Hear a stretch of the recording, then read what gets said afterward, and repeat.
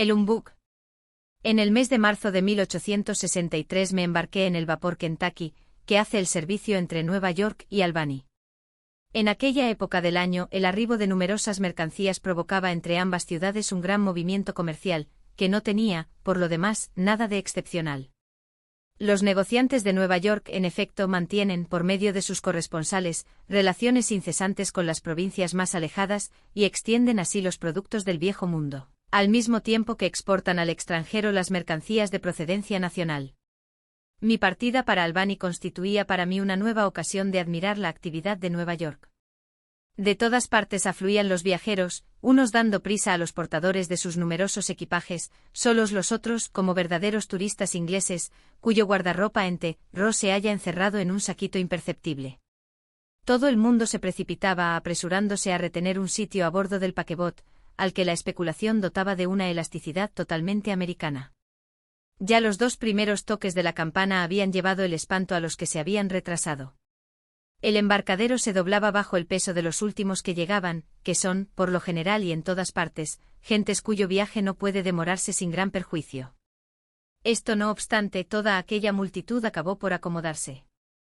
Paquetes y viajeros se apilaron, se almacenaron. El fuego invadía los tubos de la caldera, y el puente del Kentucky oscilaba como tembloroso. El sol, esforzándose por romper la bruma de la mañana, calentaba un poco aquella atmósfera de marzo, que le obliga a uno a alzarse el cuello del gabán y a sepultar las manos en los bolsillos, sin dejar de decir que va a hacer un día muy hermoso. Como mi viaje no era en manera alguna un viaje de negocios, como mi portamantas bastaba para contener todo lo que me era necesario y hasta superfluo, como mi espíritu no se preocupaba ni de especulaciones que intentar ni de mercados que vigilar, me dejaba llevar de mis pensamientos vagando al azar, ese amigo íntimo de los turistas, y al cual dejaba el cuidado de encontrar en el camino algún asunto de placer y de distracción. De pronto y a 3 pasos de mí, pude ver a Mistress Melville, que sonreía de la manera más encantadora del mundo. ¿Cómo? Usted, Mistress, exclamé con una sorpresa que solo mi alegría podía igualar, usted afronta los riesgos y la muchedumbre de un steamboat del Hudson. Indudablemente, querido señor, me respondió Mistress Melville, dándome la mano a la usanza inglesa. Por lo demás no estoy sola, me acompaña mi vieja y buena Arsinoe. Me mostró, en efecto, sentada sobre un fardo de lana, a su fiel negra, que la contemplaba con ternura. La palabra ternura merecería ser subrayadas en esta circunstancia, porque solo los sirvientes negros saben mirar de aquella manera. Cualesquiera que sean la ayuda y apoyo que pueda prestar Arsinoe, dije, me siento afortunado del derecho que me corresponde para ser el protector de usted, Mistress, durante esta travesía. Si eso es un derecho, replicó ella riendo, no le deberé por ello ninguna gratitud. Pero, ¿cómo es que le encuentro aquí? Según lo que usted nos había dicho, no pensaba llevar a cabo este viaje hasta dentro de algunos días. ¿Cómo es que no nos habló ayer de su partida? No sabía nada de ella, repliqué, tan solo me decidí a partir para Albany cuando la campana del paquebote me quitó el sueño, a las 6 de la mañana. Ya ve usted a qué se debe mi viaje. Si no me hubiera despertado hasta las 7, tal vez habría tomado la ruta de Filadelfia. Pero incluso usted misma, Mistress, parecía ayer la mujer más sedentaria del mundo. Sin duda. Así es que no debe usted ver en mí a Mistress Melville, sino al primer agente de Enrique Melville, negociante armador de Nueva York, que va a vigilar la llegada de un cargamento a Albany. Usted, habitante de los países demasiado civilizados del viejo mundo, no comprende esto. No pudiendo mi marido dejar esta mañana Nueva York, voy yo a reemplazarle. Tenga la seguridad de que no por eso dejarán de hallarse bien hechos los libros, ni serán menos exactas las cuentas. Resuelto estoy a no asombrarme de nada. Sin embargo, si semejante cosa aconteciese en Francia, si las mujeres hiciesen los negocios de sus maridos, no tardarían los maridos en hacerlos de sus mujeres. Ellos serían quienes tocarían el piano, deshojarían las flores y bordarían los tirantes de los pantalones. No se muestra usted muy lisonjero para sus compatriotas, replicó riendo Mistress Melville. Muy al contrario, ya que doy por supuesto que sus mujeres les bordan los tirantes. En aquel instante resonó el tercer toque de campana. Los últimos viajeros se precipitaron sobre el puente del Kentucky, en medio de los gritos de los marineros, que se armaban de largos bicheros para alejar el barco del muelle. Ofrecí mi brazo a Mistress Melville y la conduje un poco más hacia popa, donde la muchedumbre era menos compacta. Yo le di, comenzó diciendo ella, cartas de recomendación para Albany, ciertamente. ¿Desea usted que le dé nuevamente las gracias más efusivas? De ningún modo, puesto que esas cartas le resultan ahora completamente inútiles. Como voy junto a mi padre a quien están dirigidas las cartas, habrá usted de permitirme, no ya tan solo el presentarle, sino el ofrecerle hospitalidad en su nombre. Tenía yo razón, dije, en contar con la casualidad para hacer un viaje encantador, y sin embargo, tanto usted como yo, hemos estado a punto de no poder partir. ¿Por qué? Un cierto viajero aficionado a esas excentricidades, de las que los ingleses tenían la exclusiva antes del descubrimiento de América, quería retener para él solo el Kentucky entero. ¿Es acaso un hijo de las Indias Orientales, que viaja con un acompañamiento de elefantes y bayaderas? No, en verdad. Yo asistí a su discusión con el capitán, que rechazaba su petición, y no vi a ningún elefante mezclarse en la conversación. Aquel extravagante parecía un hombre gordo, fuerte, alegre, que debía tener campo libre, eso es todo. ¿Pero qué veo? Es él, mistress. Le reconozco. ¿No ve usted a ese viajero que corre por el muelle gesticulando y dando gritos? Todavía va a ser causa de que nos retrasemos, porque el Steamboat comienza ya a separarse del muelle. Un hombre de estatura regular con una cabeza enorme, vestido con un largo gabán de doble cuello, y cubierto con un sombrero de alas anchas, llegaba, en efecto, todo sofocado al embarcadero cuyo puente volante acababa de ser retirado. Gesticulaba y gritaba sin preocuparse de las risas de la muchedumbre reunida en torno suyo. «Al Kentucky. ¡Mil diablos! Mi sitio está reservado, registrado, pagado y se me deja en tierra. ¡Mil diablos! Capitán, yo le hago responsable ante el gran juez y sus asesores. Tanto peor para los rezagados», gritó el capitán, subiendo sobre uno de los tambores. «Tenemos que llegar a hora fija y no podemos perder tiempo». «Mil diablos», chilló de nuevo el hombre gordo. «Obtendré $100,000 y más de daños y perjuicios contra usted». «Bobby», exclamó volviéndose hacia uno de los dos negros que le acompañaban, «ocúpate de los equipajes, y corre al hotel mientras Dacopa desamarra cualquier bote para alcanzar a ese condenado Kentucky». «Es inútil», dijo el capitán, que ordenó largar la última amarra. «Anda, Dacopa», dijo el hombre gordo estimulando al negro. Se apoderó este del cable en el momento en el que el paquebote lo arrastraba, y lo amarró a uno de los argollones del muelle. Al mismo tiempo el obstinado viajero se precipitó en una embarcación, en medio de los aplausos de la multitud, y con algunos golpes de remo llegó a la escalera del Kentucky. Se lanzó sobre el puente, corrió hacia el capitán y le interpeló vivamente, haciendo él solo tanto ruido como 10 hombres, y hablando con más volubilidad que 20 comadres. El capitán, no pudiendo decir «esta boca es mía», y viendo por lo demás que el viajero había hecho acto de posesión, resolvió no preocuparse más del asunto. Cogió de nuevo su portavoz y se dirigió hacia la máquina. En el momento de ir a dar la señal de la partida, el hombre gordo volvió gritando: «¿Y mis bultos?». «Mil diablos». «¿Cómo sus bultos?», replicó el capitán. «¿Serían por casualidad esos que llegan ahora?». Diversos murmullos estallaron entre los viajeros, a quienes este nuevo retraso impacientaba. «¿A qué viene eso?», gritó el intrépido pasajero. «¿No soy yo, por ventura, un libre ciudadano de los Estados Unidos de América? Yo me llamo Augusto Hopkins, y si este nombre no os dice lo bastante.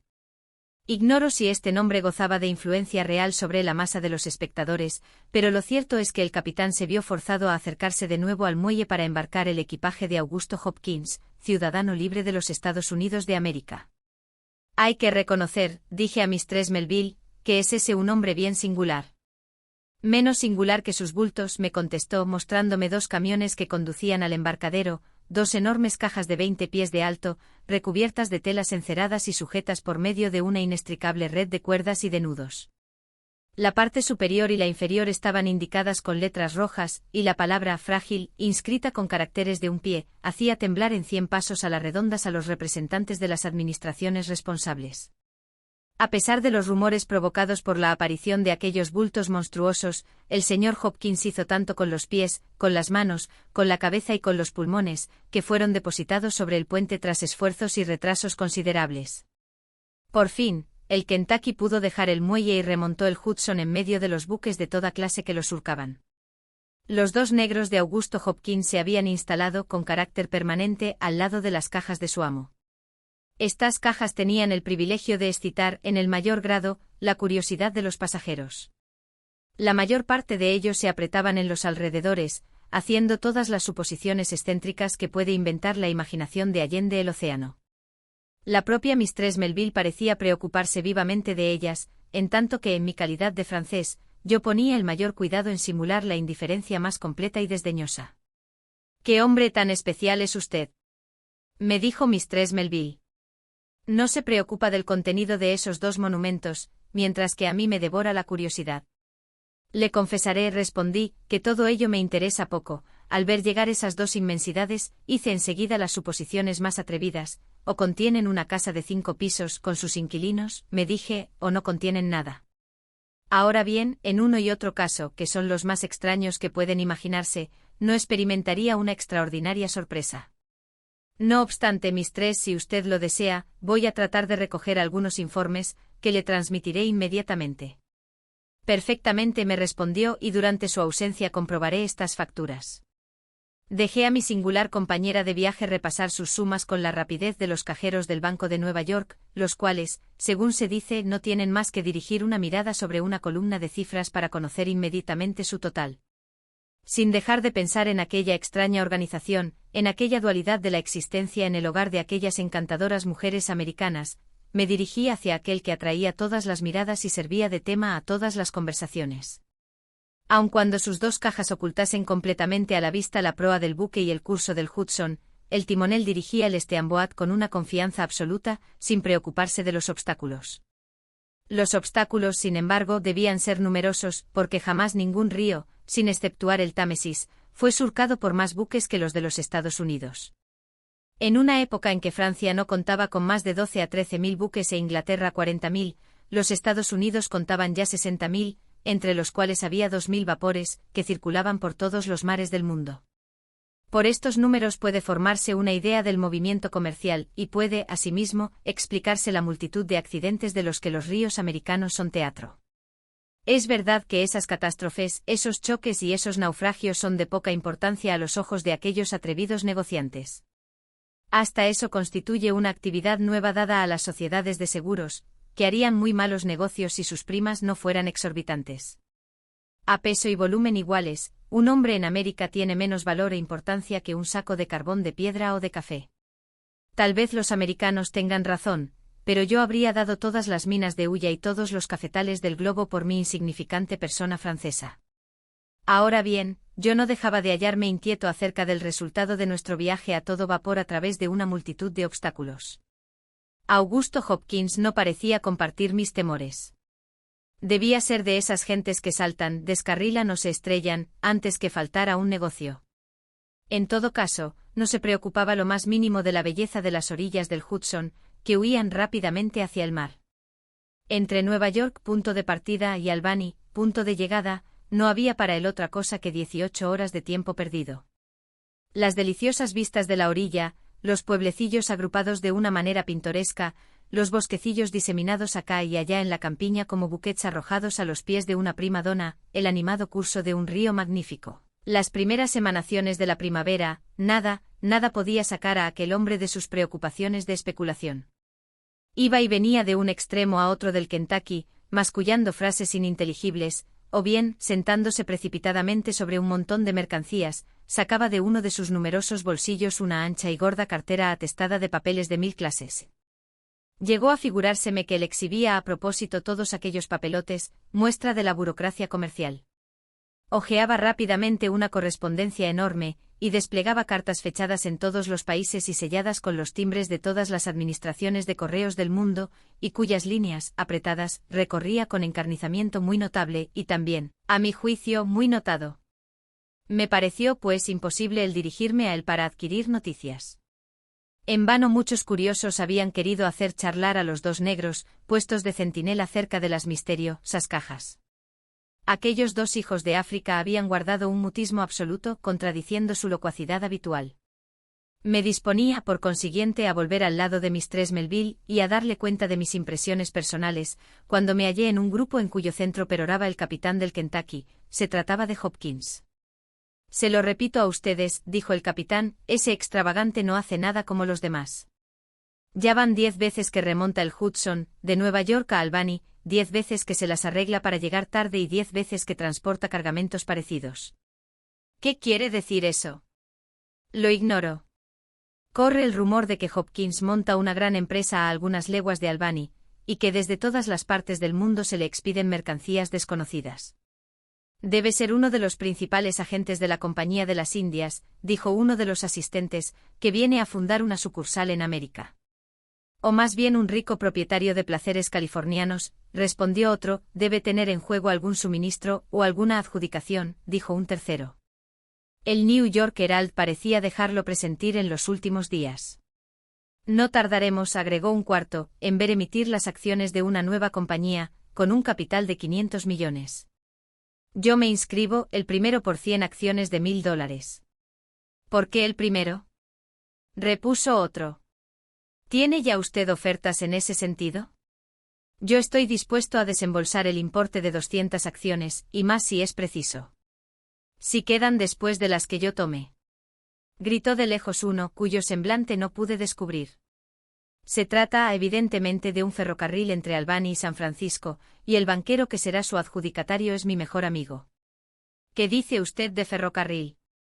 Ese Hopkins viene a instalar un cable eléctrico a través del lago Ontario, y esas inmensas cajas encierran los hilos y la gutapercha. A través del lago Ontario. Pero ese es un negocio de oro. Dijeron muchos negociantes, presa del demonio de la especulación. El señor Hopkins se dignará exponernos su empresa. Para mí las primeras acciones. Para mí, señor Hopkins. No para mí.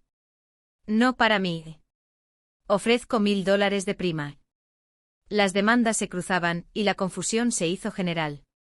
Aun cuando la especulación no me tentase, seguí al grupo de agiotistas, que se encaminaba hacia el héroe del Kentucky. Pronto se vio Hopkins rodeado de una muchedumbre compacta, a la que ni siquiera se dignó mirar.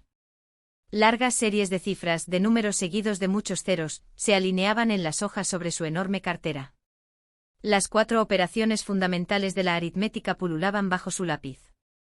Los millones se escapaban de sus labios con la rapidez de un torrente, parecía presa del frenesí de los cálculos. El silencio se estableció en torno de él, a pesar de las tormentas que se agitaban bajo aquellos cráneos americanos por la pasión del comercio. Por fin, tras una operación monstruosa, pronunció estas palabras sacramentales: 100 millones. Guardó después rápidamente sus papeles, encerrándolos en su amplia cartera, y sacando de su bolsillo un reloj adornado de una doble fila de perlas finas. Las 9. Las 9 ya. Este maldito barco no marcha. Capitán. ¿Dónde está el capitán? Diciendo esto, Hopkins atravesó bruscamente la triple fila de la multitud que le rodeaba, y vio al capitán, inclinado sobre la escotilla de la máquina, desde donde daba algunas órdenes al maquinista. «¿Sabe usted, capitán?», dijo con importancia, «¿sabe usted que un retraso de 10 minutos pueda hacer fracasar para mí un negocio considerable?» «¿A quién habla usted de retraso?», dijo el capitán estupefacto ante semejante reproche, «¿cuándo es usted el único causante de él?». «Si usted no se hubiese empeñado en dejarme en tierra», replicó Hopkins alzando la voz y poniéndose a tono con el superior, «no habría perdido un tiempo que vale mucho en esta época del año. Y si usted y sus cajas hubiesen tomado la precaución de llegar a la hora debida», replicó el capitán irritado, «habríamos podido aprovecharnos de la marea ascendente y estaríamos 3 millas más lejos. Yo no me meto en esas consideraciones. Antes de medianoche debo hallarme en el Hotel Washington en Albany, y si llego después habría sido preferible para mí no haber salido de Nueva York. Le prevengo que en tal caso, reclamaré a la administración, y a usted los daños y perjuicios. Déjeme usted en paz», dijo el capitán, que comenzaba a sulfurarse. «No, señor, no le dejaré en paz en tanto que su pusilanimidad y sus economías de combustible me pongan en peligro de perder 10 fortunas. Vamos, fogoneros, 4 o 5 buenas paletadas de carbón en vuestros hornos, y usted, maquinista, apriete la válvula de la caldera, a ver si ganamos el tiempo perdido». Y Hopkins arrojó en la cámara de la máquina una bolsa en la que brillaban algunos dólares. El capitán montó en una violenta cólera, pero nuestro viajero gritó más alto que él y durante más tiempo que él. Por lo que a mí hace, me alejé rápidamente de aquel sitio, sabiendo que aquella recomendación hecha al maquinista de cargar la válvula para aumentar la presión del vapor y acelerar la marcha del buque podía bien hacer estallar la caldera. Inútil es decir que mis compañeros de viaje encontraron el expediente muy sencillo, de modo que no hablé de ello a Mistress Melville, que se hubiera reído de mis quiméricos temores. Cuando me uní de nuevo a ella, sus vastos cálculos estaban terminados, y los cuidados y preocupaciones comerciales no hacían ya fruncir su encantadora frente. Dejó usted a la negociante y se encuentra a la mujer de mundo. Puede, pues, usted conversar con ella de lo que más le agrade y hablarle de arte, de poesía, hablar de arte y de poesía después de lo que acabo de ver y de oír. No, no. Estoy totalmente impregnado del espíritu mercantil, no oigo más que el sonido de los dólares, y estoy deslumbrado por su espléndido brillo, no veo ya en este hermoso río otra cosa que una ruta muy cómoda para las mercancías, en esos lindos pueblecillos, una serie de almacenes de azúcar y de algodón, y pienso seriamente en construir una presa sobre el Hudson y en utilizar sus aguas para hacer girar un molino de café. Hombre, hombre. Molino de café aparte, esa es una buena idea. Y dígame usted, si lo tiene a bien, porque no había yo de tener ideas como cualquier hijo de vecino. ¿Ha sido usted, pues, pecado por el tábano de la industria? Preguntó Mistress Melville, riendo. Juzgue usted misma, respondí. Y le referí las diversas escenas de las que había sido testigo. Ella escuchó mi relato gravemente como conviene a toda inteligencia americana, y se puso a reflexionar. Una parisiense no me habría dejado decir la mitad. ¿Y bien, Mistress, qué piensa usted del tal Hopkins? Ese hombre, me respondió, puede ser un gran genio especulador, que funda una empresa gigantesca, o sencillamente un exhibidor de osos de la última feria de Baltimore. Me eché a reír, y la conversación giró sobre otros asuntos. Nuestro viaje terminó sin nuevos incidentes, a no ser que Hopkins estuvo a punto de arrojar al agua una de sus cajas, queriéndola cambiar de sitio, a pesar del capitán. La discusión que sobrevino le sirvió también para ponderar la importancia de sus negocios y el valor de sus bultos. Almorzó y cenó, no como un hombre que se propone reparar sus fuerzas, sino como quien abriga el propósito de gastar la mayor cantidad posible de dinero. Finalmente, cuando llegamos a nuestro destino, no había un solo viajero que no estuviese dispuesto a contar maravillas de aquel personaje extraordinario. El Kentucky llegó al muelle de Albany antes de la hora fatal de medianoche. Ofrecí mi brazo a Mistress Melville, sin dejar de felicitarme por haber desembarcado sano y salvo, en tanto que Augusto Hopkins, después de haber hecho transportar con gran ruido sus dos cajas maravillosas, entraba triunfalmente, seguido de una muchedumbre considerable, en el Hotel Washington. Yo fui recibido por Mr. Francis Wilson, padre de Mistress Melville, con ese agradado y esa franqueza que tanto valor prestan a la hospitalidad. A pesar de mis protestas, hube de aceptar una habitación azul en la casa del honorable comerciante. No es posible dar el nombre de hotel a aquella casa inmensa, cuyos espaciosos departamentos parecen sin importancia al lado de los vastos almacenes, donde se acumulan las mercancías de todos los países del mundo. Una multitud de empleados y de agentes pulula en aquella verdadera ciudad, de la cual las casas de comercio de Burdeos y de El Havre dan solo una idea muy imperfecta. A pesar de las ocupaciones de todo género del amo de la casa, fui tratado como un obispo, y no tuve necesidad de pedir nada, ni aun de desear. Por añadidura, el servicio se hacía mediante negros, y cuando uno ha sido servido por negros, ya no es posible servirse más que por uno mismo.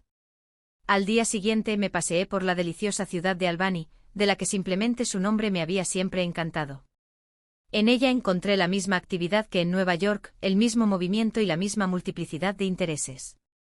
La sed de ganancia de las gentes de comercio, su ardor en el trabajo, su necesidad de extraer el dinero por todos los procedimientos que la industria o la especulación descubren no ofrecen, entre los comerciantes del Nuevo Mundo, el aspecto repulsivo que ofrecen con frecuencia entre sus colegas del Viejo Mundo. Hay en su modo de obrar cierta grandeza muy simpática. Se concibe que aquellas gentes tengan necesidad de ganar mucho porque también gastan mucho.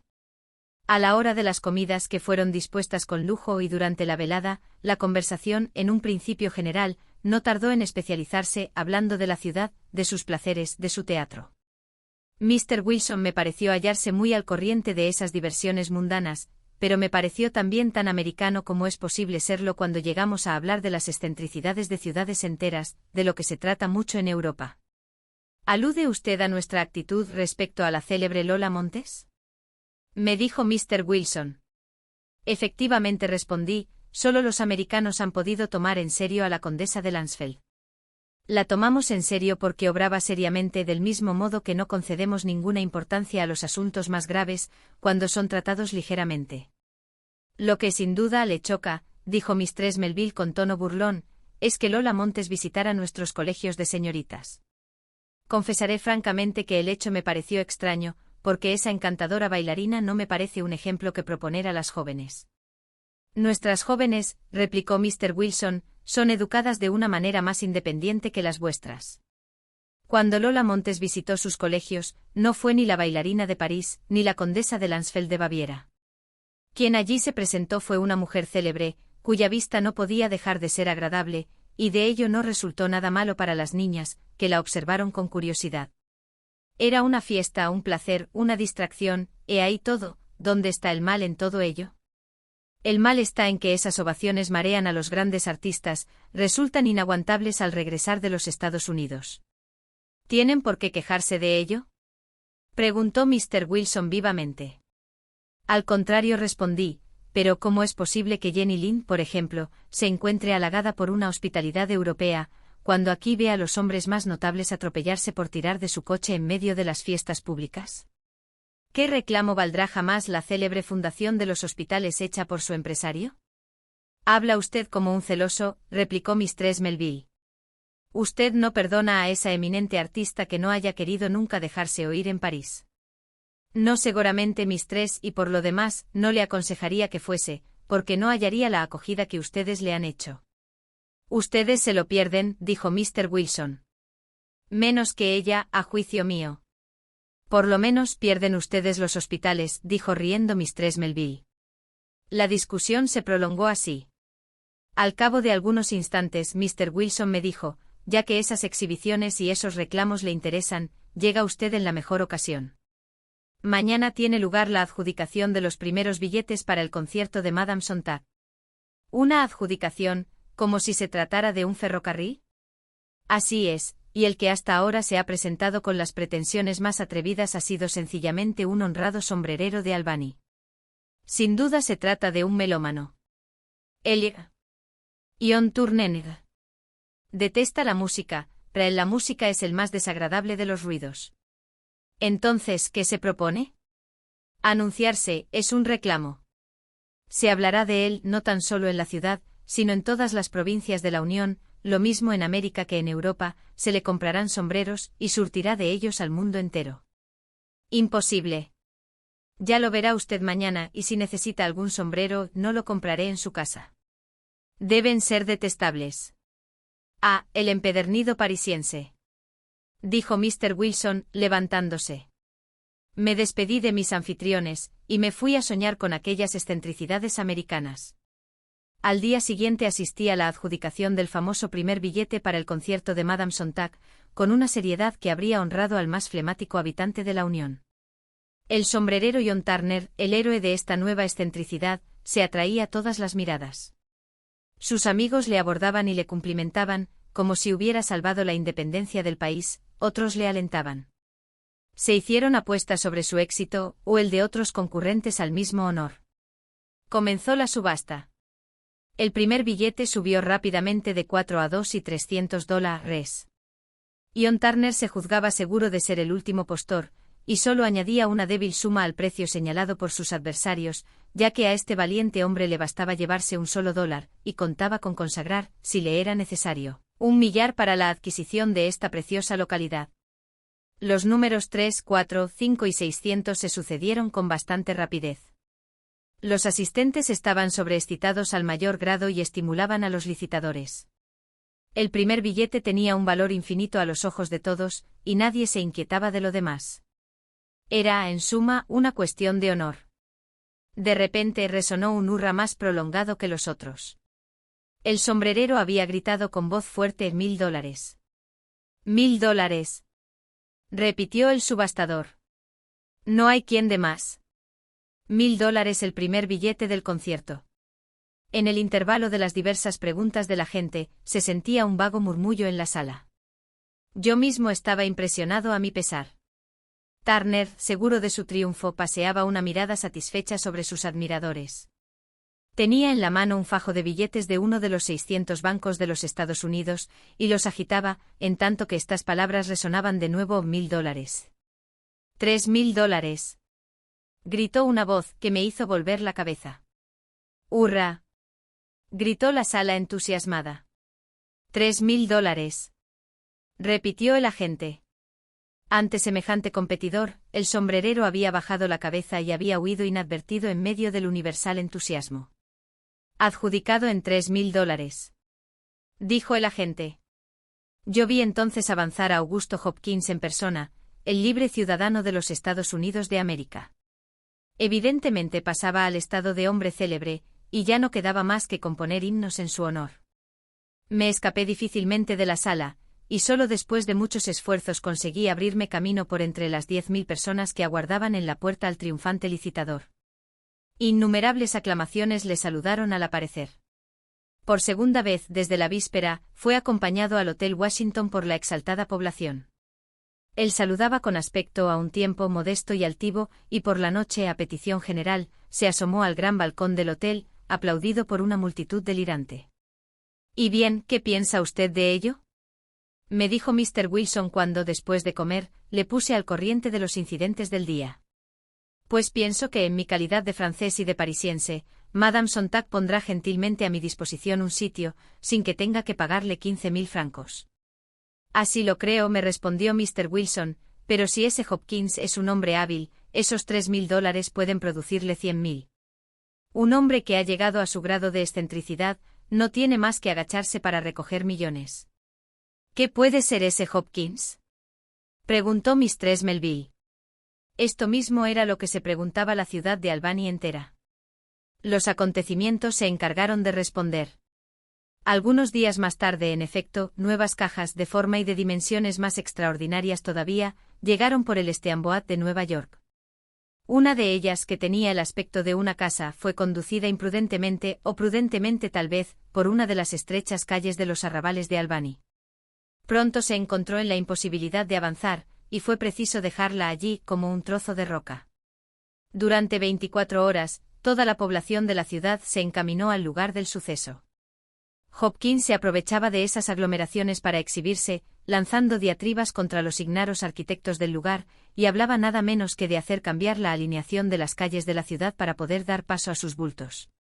Pronto resultó evidente que había necesidad de optar por uno de dos partidos, o demoler la caja, cuyo contenido excitaba la curiosidad, o derribar la casa que le servía de obstáculo. Los curiosos de Albany hubieran preferido, indudablemente, el primer partido, pero Hopkins no lo entendía así. Las cosas, sin embargo, no podían permanecer en aquel estado. La circulación se hallaba interrumpida en el barrio, y la policía amenazaba con hacer proceder judicialmente a la demolición de la condenada caja. Hopkins zanjó la dificultad comprando la casa que le estorbaba y haciéndola enseguida derribar. Dejó adivinar si este último rasgo le colocó en el más alto pináculo de la celebridad. Su nombre y su historia circularon por todos los salones.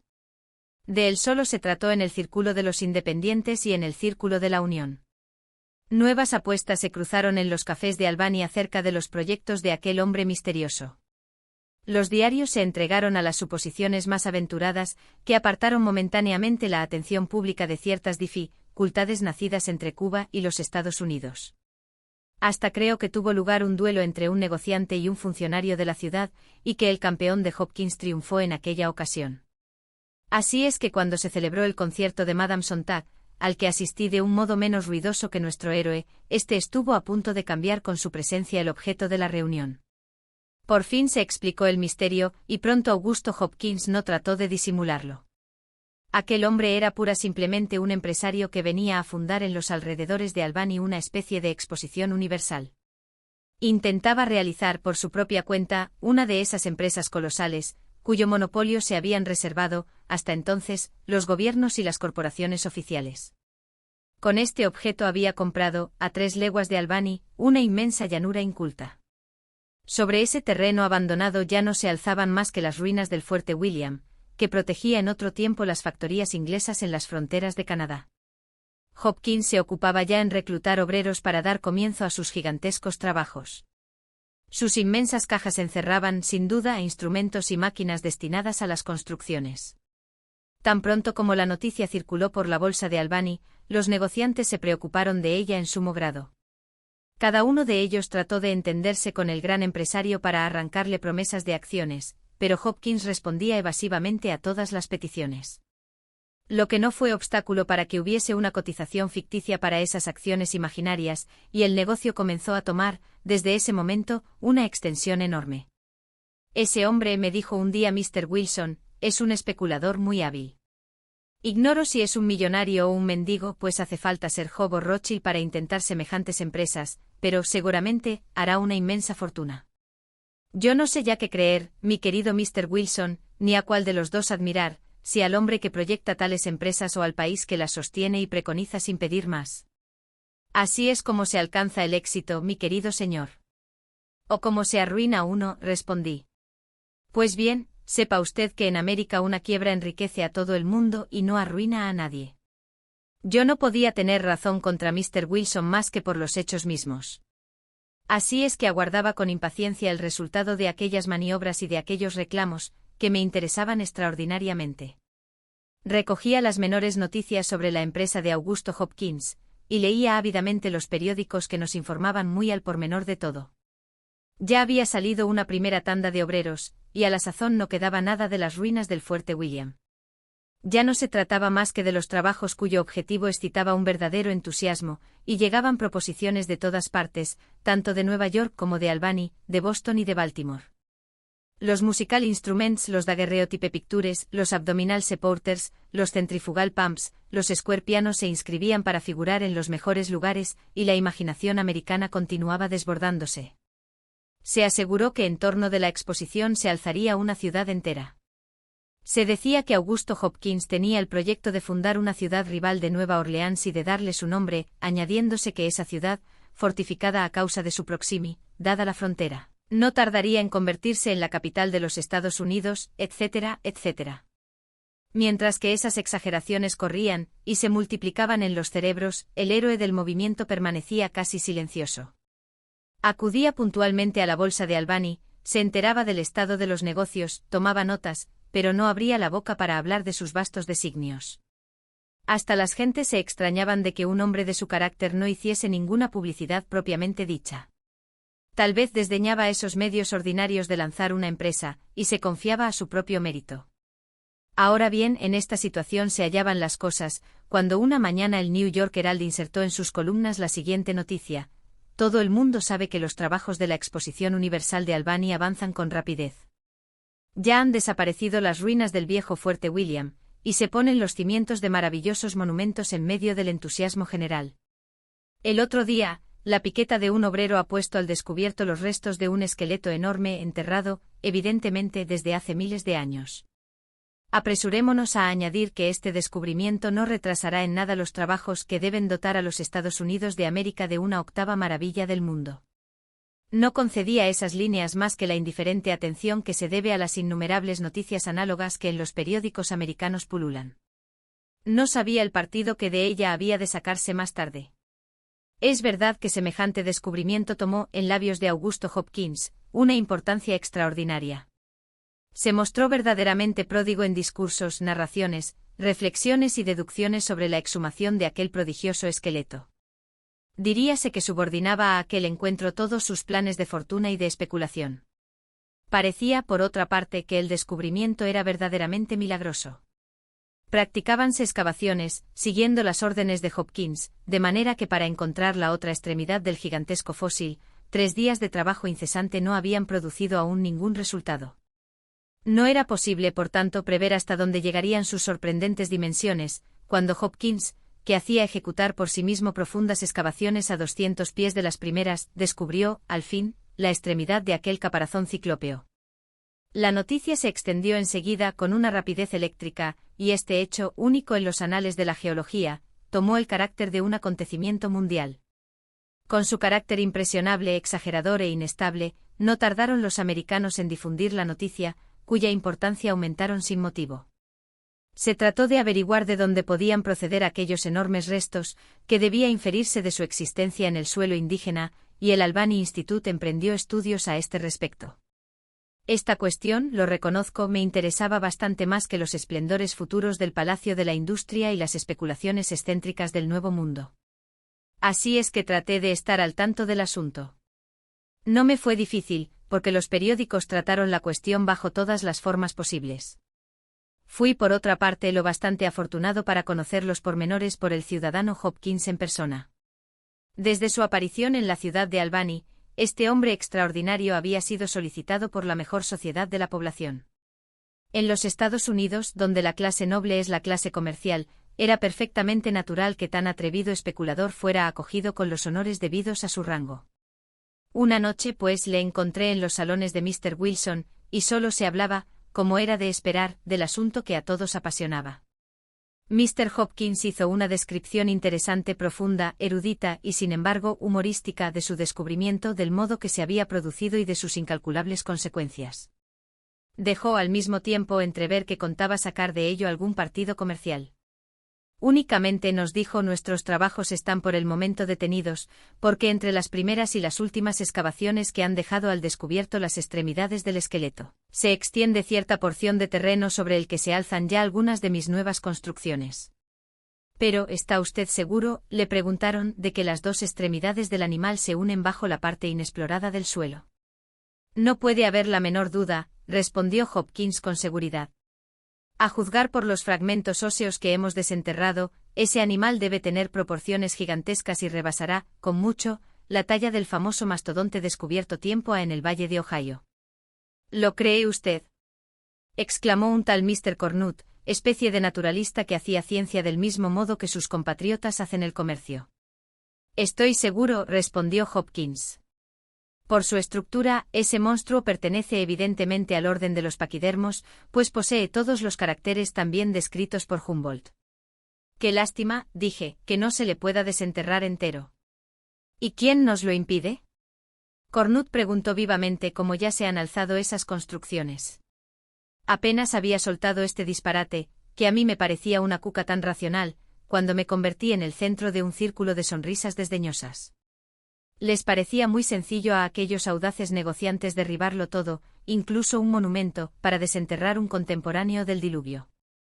Nadie, por consiguiente, quedó sorprendido al oír decir a Hopkins que ya había dado órdenes sobre el particular. Todos le felicitaron y creyeron que el azar tenía razón al favorecer a hombres emprendedores y audaces. Por mi parte, lo felicité sinceramente y me comprometí a ser uno de los primeros en visitar su maravilloso descubrimiento. Hasta le ofrecí trasladarme a Exhibition Park, denominación ya de dominio público, pero me rogó que aguardase a que estuviesen terminadas las excavaciones, pues no podía juzgarse todavía de la enormidad del fósil. 4 días después, el New York Herald daba detalles nuevos sobre el monstruoso esqueleto. No era ni de un mamut, ni de un mastodonte, ni de un megaterio, ni de un pterodáctilo, ni de un plesiosauro, porque todos los nombres extraños de la paleontología fueron invocados por antífrasis. Los restos mencionados pertenecen todos a la tercera o a lo más a la segunda época geológica, mientras que las excavaciones, dirigidas por Hopkins, habían sido llevadas hasta los terrenos primitivos que constituyen la corteza terrestre, y en la cual hasta entonces no se había encontrado ningún fósil. ¿Qué inferir de ahí, sino que ese monstruo, que no era ni un molusco, ni un paquidermo, ni un roedor, ni un rumiante, ni un carnívoro, ni un anfibio, era un hombre? Y ese hombre un gigante de más de 40 metros de alto. No podía, pues, negarse la existencia de una raza de titanes anterior a la nuestra. Si el hecho era cierto y todo el mundo lo aceptaba como tal, debían cambiarse las teorías geológicas más firmemente asentadas, puesto que se encontraban fósiles más allá de los depósitos diluvianos, lo que indicaba que habían sido sepultados en una época anterior al diluvio. Este artículo del New York Herald produjo una inmensa sensación. El texto fue reproducido por todos los periódicos de América, y se entablaron numerosas discusiones. Este motivo de conversación se puso a la orden del día, y las bocas más bonitas del Nuevo Mundo pronunciaron los vocablos más ingratos de la ciencia. Tuvieron lugar grandes discusiones. Del descubrimiento se dedujeron las consecuencias más horrorosas para el suelo de América, que se consagra la cuna del género humano en detrimento de Asia. En los congresos y las academias, se demostró hasta la evidencia que América, poblada desde los primeros días de la vida, había sido el punto de partida de migraciones sucesivas. El nuevo continente había quitado al viejo mundo los honores de la antigüedad. Informes muy extensos, inspirados en una ambición patriótica, fueron escritos sobre esta cuestión tan seria. Al fin, una reunión de sabios, cuya acta fue publicada y comentada por todos los órganos de la prensa americana, probó con una claridad meridiana que el paraíso terrenal, cercado por Pensilvania, Virginia y el lago Erie, ocupaba antiguamente lo que es ahora la provincia de Ohio. Confieso que todas estas reflexiones me cautivaron en grado máximo. Veía a Adán y Eva al mando de tropas de animales feroces, lo que no era más que una ficción, tanto en América como a orillas del Eufrates, ya que no se ha encontrado el menor vestigio. La serpiente tentadora tomaba, en mi pensamiento, la forma del constrictor o del crótalo. Pero lo que más me admiraba era que se concedía fe a aquel descubrimiento con una sumisión maravillosa. A nadie se le ocurría la idea de que el famoso esqueleto podía ser un timo, una baladronada, un humbug como dicen los americanos, y ni siquiera uno de aquellos sabios entusiastas pensaba en ver con sus propios ojos el milagro que ponía su cerebro en ebullición. Hice estas observaciones a Mistress Melville. ¿A qué preocuparse ni molestarse?, dijo. Veremos nuestro querido monstruo cuando sea el momento. En cuanto a su estructura y aspecto, todo el mundo puede conocerlos, pues no se dará un paso en toda América sin encontrarlo reproducido bajo las formas más ingeniosas. En este punto era, en efecto, en el que brillaba el genio del especulador. Y Augusto Hopkins tanto se mostraba reservado para lanzar el negocio de la exposición, como demostraba entusiasmo, invención e imaginación para posar su milagroso esqueleto en el espíritu de sus compatriotas. Por otra parte, todo le estaba permitido, después que sus originalidades habían atraído sobre él la atención pública. Pronto las paredes de las casas de la ciudad se vieron cubiertas de inmensos carteles multicolores, que reproducían el monstruo bajo los más variados aspectos. Hopkins agotó todas las fórmulas hasta entonces conocidas en el género. Empleó los colores más llamativos, tapizó con aquellos carteles las murallas, los parapetos de los muelles, los troncos de los árboles de los paseos, en los unos, las líneas se hallaban trazadas diagonalmente y en los otros, el reclamo aparecía en letras monstruosas pintadas con brocha, lo que obligaba la atención del transeúnte. Varios hombres se paseaban por todas las calles vestidos con blusas y con gabanes que representaban el esqueleto. Durante la noche, transparentes inmensos lo proyectaban en negro sobre un fondo luminoso. Hopkins no se contentó con estos medios de publicidad, ordinarios en América. Los carteles y las cuartas planas de los periódicos no le bastaban. Dio un verdadero curso de esqueletología, en el que invocó la autoridad de los Cuvier, de los Blumenbach, de los Backlund, de los Link, de los Stenberg, de los Brongnar y otros 100 que han escrito sobre paleontología. Sus cursos fueron seguidos y aplaudidos, hasta el punto de que un día, quedaron aplastadas 2 personas en la puerta. Inútil es decir que Hopkins dispuso que se les hicieran funerales magníficos, y que los pendones y estandartes del cortejo mortuorio reprodujeran también las formas inevitables del fósil de moda. Todos estos procedimientos eran excelentes para la misma ciudad de Albany y sus contornos, pero lo que importaba era lanzar el negocio en América entera. Mr. Lumley, en Inglaterra, desde los primeros pasos de Jenny Lind, propuso a los vendedores de jabón proporcionarles moldes con el retrato en hueco de la ilustre prima donna, lo que fue aceptado, produciendo excelentes resultados, ya que uno se lavaba las manos con la imagen de la eminente cantante. Hopkins se sirvió de un medio análogo.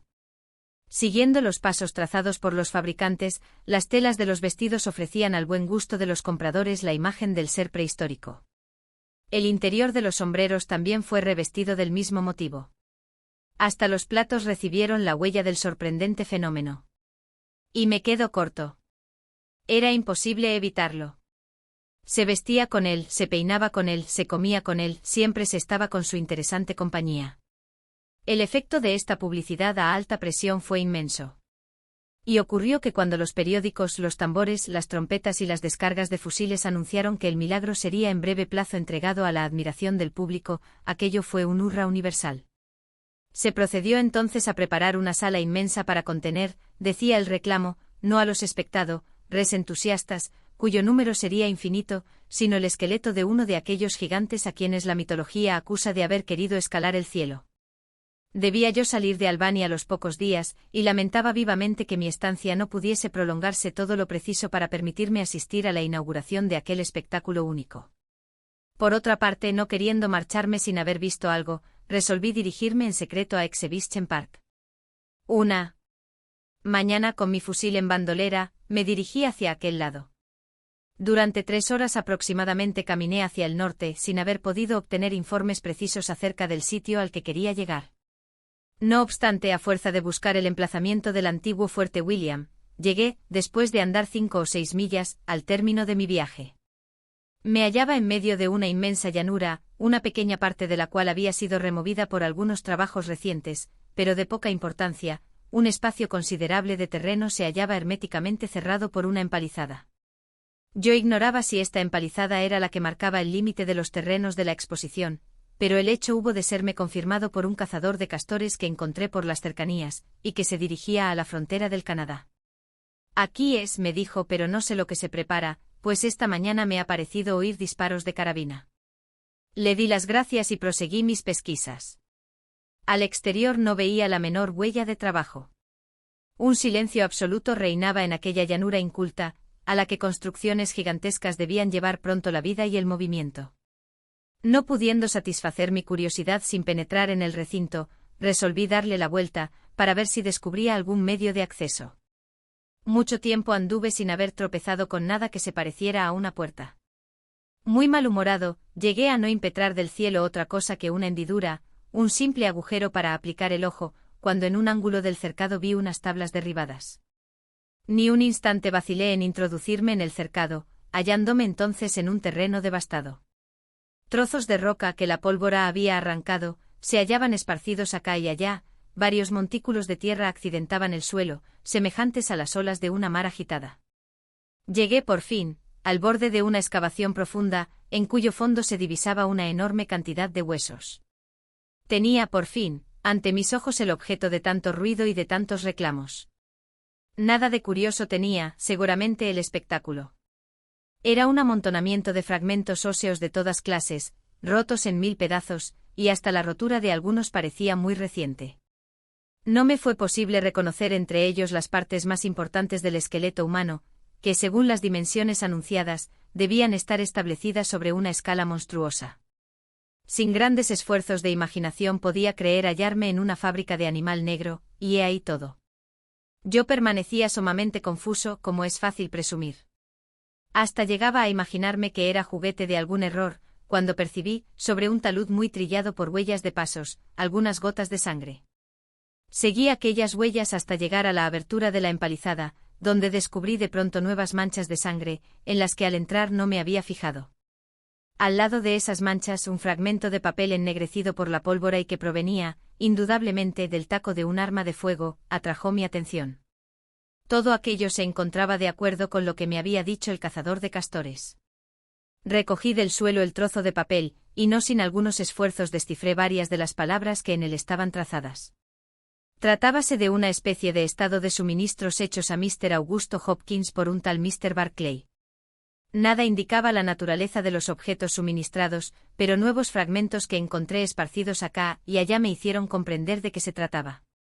Si mi desencanto fue grande, no pude, en cambio, dominar una carcajada inextinguible. Me hallaba, realmente, en presencia del gigante y de su esqueleto, pero de un esqueleto compuesto de partes sumamente heterogéneas, que habían, en otro tiempo, vivido bajo el nombre de búfalos, de bueyes, de terneros y de vacas, en las llanuras de Kentucky. Mr. Barclay era, sencillamente, un carnicero de Nueva York, que había expedido inmensas cantidades de huesos al célebre Mr. Augusto Hopkins.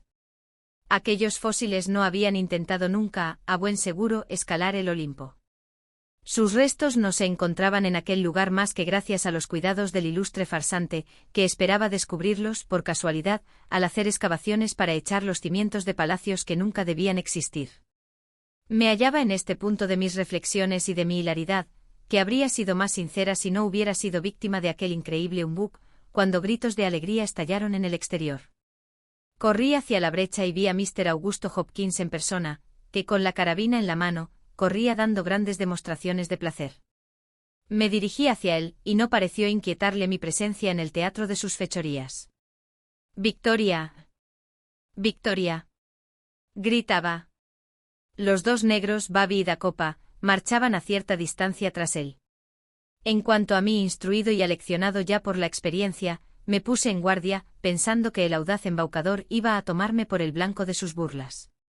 «Soy dichoso», dijo, «por tener un testigo de lo que me sucede. Vea usted un hombre que viene de la caza del tigre». «¿De la caza del tigre?», repetí yo, bien resuelto a no creerle una palabra. «Y un tigre rojo», añadió, o, dicho de otro modo, el puma, que goza de bien justificada fama de crueldad. El diablo del animal penetró en mi cercado, como usted puede observar. Destrozó esas barreras, que hasta aquí habían resistido a la curiosidad general, y ha reducido a trozos mi maravilloso esqueleto. Prevenido en el acto, no he vacilado en correr en su persecución y acosarle hasta darle muerte. Le encontré a 3 millas de aquí, le miré, fijó sobre mí sus 2 ojos feroces y se lanzó con un salto que no pudo acabar más que girando sobre sí mismo, porque le derribé de un balazo. Este es el primer tiro que he disparado en mi vida. Pero 1000 diablos, me reportará algún honor, y no lo daría por 1000 millones de dólares. Ahora van a salir los millones, pensé.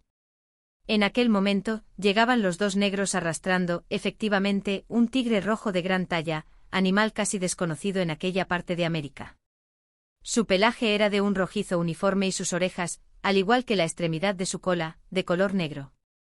No me preocupé de averiguar si Hopkins lo había matado efectivamente o si se le había expedido convenientemente muerto, y hasta disecado, por un Barclay cualquiera, porque me quedé asombrado de la ligereza y la indiferencia con la que el especulador hablaba de su esqueleto. Y sin embargo era evidente que aquel negocio debía haberle costado, hasta entonces, la friolera de 100.000 francos. No queriendo hacerle saber que la casualidad me había hecho dueño del secreto de sus artimañas, le dije sencillamente, «¿Cómo va a lograr usted a salir de ese callejón sin salida?». «Pardiez», respondió. «¿De qué callejón habla usted?». «Un animal ha destruido el maravilloso fósil, que hubiera causado la admiración del mundo entero, porque era absolutamente único, pero no ha destruido mi prestigio, mi influencia, y conservo el beneficio de mi posición de hombre célebre». «Pero ¿cómo va usted a arreglársele con el público entusiasta e impaciente?», pregunté gravemente. «Diciéndole la verdad, toda la verdad, y nada más que la verdad». «¿La verdad?», exclamé, deseoso de saber lo que entendía por esta palabra. «Sin duda», me replicó con la mayor tranquilidad del mundo, «no es cierto que este animal penetró en mi cercado. No es cierto que ha hecho pedazos esas maravillosas osamentas, que tantos esfuerzos me costaron para extraerlas. No es cierto, por último, que yo le he perseguido y muerto. He aquí», me decía para mis adentros, «una infinidad de cosas que yo no juraría». El público, continuó diciendo Hopkins, no puede elevar más allá sus pretensiones, puesto que conocerá todo el asunto. Hasta llegaré a ganarme con todo esto una reputación de bravura y valentía, y con ella no veo ya qué clase de celebridad me faltará. Pero, ¿qué le va a reportar la celebridad? La fortuna, si sé hacer las cosas. Al hombre conocido, todas las aspiraciones le están permitidas. Puede atreverse a todo y emprenderlo todo. Si Washington hubiese querido enseñar terneras de 2 cabezas después de la capitulación de Yorktown, habría ganado indiscutiblemente mucho dinero. «Es posible», respondí muy serio. «Es cierto», replicó Augusto Hopkins. «Así es que no tengo más que elegir lo que tengo que mostrar, lanzar o exhibir». «Sí», dije, «la elección es difícil. Los tenores están muy gastados, las bailarinas pasaron de moda, los hermanos siameses han muerto y las focas continúan mudas, a despecho de los distinguidos profesores que tratan de educarlas. No acudiré a semejantes maravillas. Por usados, gastados, muertos y mudos que estén las focas, los siameses, las bailarinas y los tenores, son todavía bastante buenos para un hombre como yo, que tanto vale por sí mismo. Pienso, pues, tener el gusto de verle a usted en París, mi querido señor. ¿Piensa usted hallar en París ese objeto de poco valor, que debe ilustrarse y enaltecerse por el mérito propio de usted? Tal vez, respondió muy serio, si pongo la mano sobre la hija de alguna portera que no haya podido ser recibida nunca en el conservatorio, haré de ella la mayor cantatriz de las 2 Américas. Dicho esto, nos despedimos y me volví a Albany. Aquel mismo día se supo la terrible noticia. Hopkins fue considerado como un hombre arruinado, y se abrieron suscripciones considerables en su favor. Todo el mundo se dirigió a Exhibition Park a juzgar el desastre, lo que produjo buena cantidad de dólares al especulador. Vendió en un precio fabuloso la piel del puma, que le había tan oportunamente arruinado, y conservó su reputación de hombre más emprendedor del Nuevo Mundo. Por lo que a mí respecta, regresé a Nueva York, y a Francia luego, dejando a los Estados Unidos poseedores, sin saberlo, de un magnífico humbug más. Pero no tienen que molestarse en contarlos. De todo ello llegué a la conclusión de que el porvenir de los artistas sin talento, de los cantantes sin garganta, de las bailarinas sin agilidad y de los saltarines sin nervios sería muy triste si Cristóbal Colón no hubiera descubierto América.